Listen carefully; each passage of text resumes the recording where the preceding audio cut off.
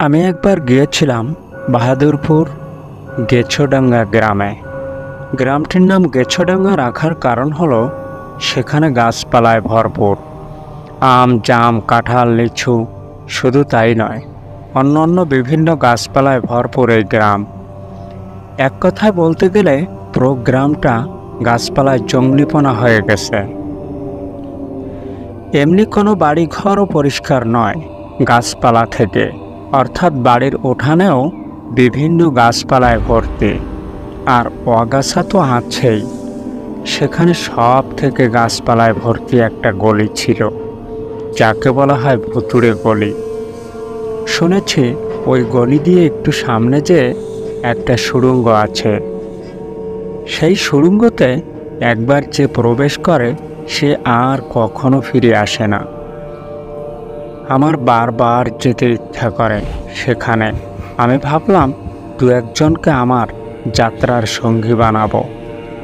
শুধু যাকে বলি ওই গলির কথা, সেই ওরে বাবা বলে সরে চলে যায়। কি আর করার, অবশেষে আমি আমার প্রয়োজনীয় জিনিসপত্র নিয়ে একাই রওনা হলাম। আমার সাথে নিলাম একটা লাইট, কিছু খাবার, পানীয়, একটা চাকু, এগুলো, আর রওনা হলাম সেই গলিতে।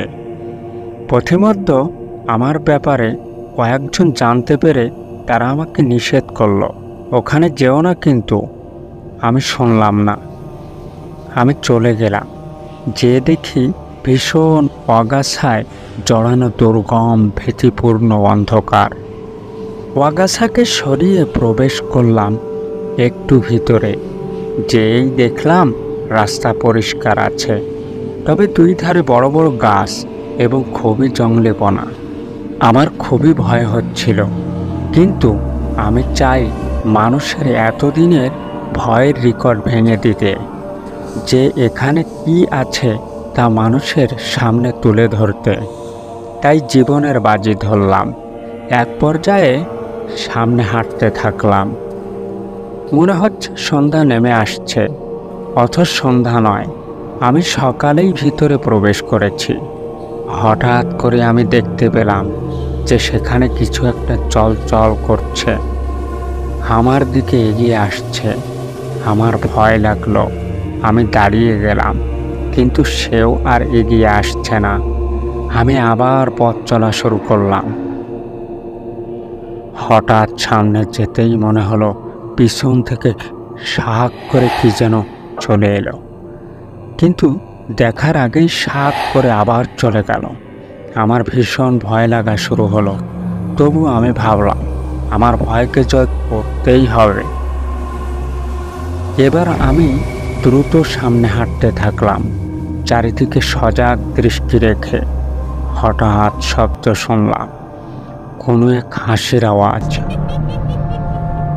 আমি ভয়ে আরো দ্রুত হাঁটতে শুরু করলাম এবং টর্চ লাইটটিকে বের করে নিলাম এবং এদিক সেদিক চালিয়ে দেখতে থাকলাম কে সামনে দিয়ে গেল। হঠাৎ সামনে দেখতে পেলাম সেই সুড়ঙ্গটি, কিন্তু সুড়ঙ্গ একেবারে সরু মনে হচ্ছিল। এই সুড়ঙ্গটি কোথায় যে উঠেছে কে জানে। আমি প্রবেশ করলাম। প্রবেশ দ্বারে ছিল লতাপাতা ও আবর্জনায় ঘেরা। আমার ভয় হচ্ছিল যে এটাই সেই সুড়ঙ্গ যেখানে প্রবেশ করে আজ পর্যন্ত কেউ ফেরেনি। তবে আমি এতটুকু নিশ্চিত হলাম এখানে কিছু আছে। আমি আস্তে আস্তে ভিতরে প্রবেশ করলাম। প্রবেশ করা মাত্র চারিদিক ছিমছাম নীরবতা বিরাজ করল। কোনো কিছুরই কোনো আওয়াজ নেই। আমি হাঁটতে থাকলাম। ভিতরে দেখলাম কেমন যেন এক পাহাড়ের গিরিপথ অতিক্রম করছি। ভীষণ অন্ধকার চারিদিক। আমি লাইট মারতে মারতে এগোতে থাকলাম। একটু সামনে এগোতেই বিশাল এক খাদ, যার গভীরতা আমার জানা নেই। আবার খাদের চারপাশ থেকে বেশ মোটা প্রকৃতির লতা বেয়ে চলেছে চারিদিকে। নিকটে কোনো রশিও নেই। নিচে কিভাবে নামবো? তাই ভাবলাম লতাপাতাগুলো কেটে জুড়ে নিচে নেমে পড়ি। যেমন কথা তেমন কাজ, লতাগুলো কেটে নিলাম এবং জুড়ে নিচে নামতে থাকলাম। ভাবলাম কেটে না যায়। ভাগ্য সাথে থাকার কারণে রশিগুলো যথার্থই থেকে গেল। আমি বেশ 1 থেকে 150 ফুট নিচে নেমে পড়লাম। নিচে নেমে দেখলাম শুধু পাথর, সেখানে চারিদিক থেকে সুড়ঙ্গ চলে গেছে। আমি কোন দিকে যাব ভেবে পাচ্ছি না। আমি রওনা হলাম ডান দিকের এক সুড়ঙ্গ দিয়ে। এবার রওনা হয়ে কিছুক্ষণ চলার পর হঠাৎ সামনের দিকে কেমন যেন একটা করুণ সুর ভেসে আসছে। আমি আস্তে আস্তে পা ফেলে চারদিক সজাগ নজরে দেখতে থাকলাম। হঠাৎ সামনের দিকে দেখতে পেলাম একটি পাথরের উপর কেউ যেন বসে আছে। আমি গেলাম পিছন দিক থেকে এবং বললাম, কে তুমি? এখানে কি করছো? সে কোনো কথা বলছে না। আমি আবার জিজ্ঞাসা করলাম। সে উঠে দাঁড়ালো এবং হঠাৎ আমার দিকে দৃষ্টি করে খিলখিল করে হেসে উধাও হয়ে গেল। আমি তার দিকে তাকিয়ে হতভম্ব হয়ে গেলাম। দেখি সে মানুষ না, একটা আস্ত মানুষের কঙ্কাল। সে সময় থেকে শুরু হলো আমার সাথে এক ভয়ঙ্কর কাহিনী। আমি যত সামনে যাই তত সব ভয়ঙ্কর আওয়াজ শুনতে পাই। আমি ভয়ে ভয়ে এগোতে থাকলাম। একটু সামনে দেখতে পেলাম কিছু হায়না প্রজাতি, যাদের দাঁতগুলো ভীষণ সূচালো এবং চোখ থেকে মনে হচ্ছে আগুন বের হচ্ছে। আমাকে ধাওয়া করলো। আমি প্রাণ বাঁচানোর জন্য দৌড়াতে থাকলাম। দৌড়াতে দৌড়াতে যে কোথায় যাচ্ছে নিজেও জানি না। এক পর্যায়ে হঠাৎ সামনে বাঁধল এক অগ্নি নদী। আর কোনো দিকে যাওয়ার কোনো পথ নেই। আমি ভাবলাম হায়নাদের সাথে লড়াই করব, হয় বাঁচব না হয় মরব। সেখানে পেলাম মৃত কোনো বড় জন্তুর হাড়। সেটাকে হাতে উঠিয়ে নিলাম। এবার হায়না যেই না কাছে এলো, আমি ভীষণ জোরে আঘাত করলাম। কিন্তু আঘাতের আওয়াজ শুনে আমি আশ্চর্য হলাম। আমি আঘাত করা মাত্র লৌহ ধ্বনি বের হতে থাকলো। আমি আবার আঘাত করলাম ভীষণ জোরে। একটা হায়নার মাথা ছুটে গেল দূরে। আমি দেখি এটা ছিল রোবটিক হায়না। গলার থেকে ইলেকট্রনিকের তার বেরিয়ে গেছে। হঠাৎ একটা এসে আমায় ধাক্কা দিয়ে ফেলে দিল। আমি আগুনের নদীতে পড়লাম। সেখানে আমি আরও আশ্চর্য হলাম। আমি দেখলাম সেটা আগুন নয়, সেটা পানি। ইলেকট্রনিক দিয়ে কারুকার্য করা হয়েছে। আমি ভাবলাম এটা ভৌতিক জায়গা নয়, এটা রহস্য ঘেরা এক জায়গা। কিন্তু কেন এই রহস্য আমাকে জানতেই হবে। আমি নদী পার হলাম এবং দেখলাম একটা মাটির দেয়ালের ফাটল দিয়ে আলোর ঝলকানি বেরিয়ে আসছে। আমি ভাবলাম এই দেয়ালের ভিতর থেকে আলোর ঝলকানি কোথা থেকে আসছে। যেহেতু আলো আসছে, নিশ্চয়ই প্রবেশের কোনো না কোনো পথ তো থাকবেই। আমি পথ খুঁজতে থাকলাম। এবার দেখতে পেলাম এক পার্শ্ব দিয়ে ছোট একটা চিপা রাস্তা।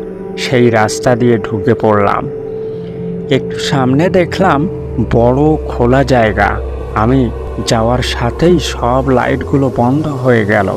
আমি ভিতরে প্রবেশ করা মাত্র দেখতে পেলাম একটি মানুষের কঙ্কাল আমার দিকে এগিয়ে আসছে আর অট্টহাসি দিচ্ছে। আমি সব ভয়কে উপেক্ষা করে এগিয়ে তার সামনে যেয়ে খুব জোরে আঘাত করলাম। দেখলাম সেও লোহার। আমি নিজের টর্চ জ্বালিয়ে আমি মেইন সুইচ চালিয়ে দিলাম এবং দেখতে পেলাম সেই মানব রূপে পিশাচকে এবং চারিদিক সাজানো কম্পিউটার। সেই কম্পিউটারের মাধ্যমে সমস্ত পিশাচ তৈরি করে পুরো গুহায় ছড়িয়ে রেখেছে।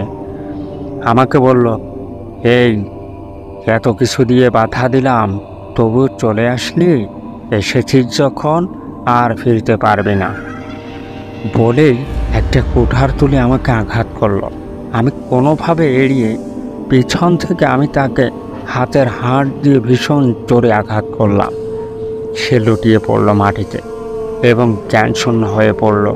তার সমস্ত কম্পিউটারগুলি ভেঙে দিলাম। কিন্তু আসল কথাটি রহস্যই থেকে গেল। আমি জানতে পারলাম না যে সে কোন স্বার্থে এমন করছে দীর্ঘদিন যাবৎ। কেন যে আসে তাকে হত্যা করে। এবার আমি নির্ভয় বের হয়ে পুলিশ এনে তাকে ধরিয়ে দিলাম। অবশ্য পরবর্তীতে জানতে পেরেছিলাম যে ওখানে নাকি গুপ্তধন আছে, কিন্তু পাওয়া যায়নি।